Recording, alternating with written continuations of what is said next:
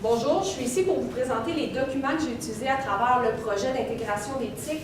Alors pour commencer, au cours 1, avec les élèves, j'ai fait une petite mise à niveau pour m'assurer que tout le monde maîtrisait les bases de Excel, alors les calculs de base, après ça, comment réutiliser une cellule pour aller faire des calculs suivants, etc.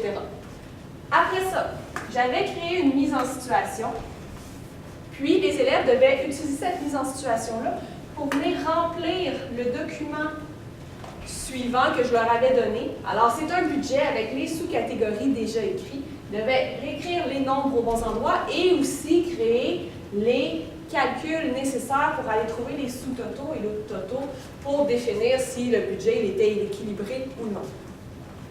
Au cours numéro 2, à partir de calculs que les élèves avaient déjà appris plus tôt dans l'année dans leur module de mathématiques financières, on est venu créer un document Excel qui permet de venir avoir des informations par rapport aux valeurs d'un placement à intérêt simple, intérêt composé, etc., mais aussi par rapport au crédit. Donc, si j'ai une dette d'un certain montant avec un taux d'intérêt, un nombre de versements, combien est-ce que ça va me coûter au bout du compte, etc. Donc, les élèves ont construit des formules à travers le document Excel. Au cours numéro 3, les élèves ont une évaluation à faire. Donc, à partir d'un fichier Excel vierge, ils devaient construire une feuille de calcul qui permet de calculer le salaire net d'un travailleur.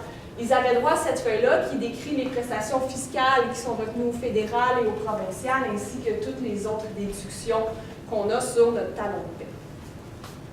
Par la suite, à la fin de ce cours-là, les élèves ont fait des petits exercices en lien avec le crédit et l'épargne que j'avais construits sur le site Socratique. Au cours numéro 4, on passe à Word. On commence très tranquillement avec un document à reproduire, avec un peu de texte. On a parlé de police de caractère, mettre en gras, centrer, justifier un texte, mais surtout construire des tableaux, construire un diagramme circulaire. Au deuxième cours sur Word, on a construit un diagramme à ligne brisée. Et après ça, les élèves ont eu une évaluation. Cette évaluation-là regroupait tout ce qu'on avait vu dans Word. Donc, la mise en page là, du texte, mais aussi la création d'un tableau, d'un diagramme circulaire et d'un diagramme à ligne brisée. Tous ces documents-là sont disponibles sur le site Internet. Alors, si vous allez dans l'onglet matériel didactique, vous allez avoir chacun des cours et vous allez pouvoir venir chercher vos documents. Merci.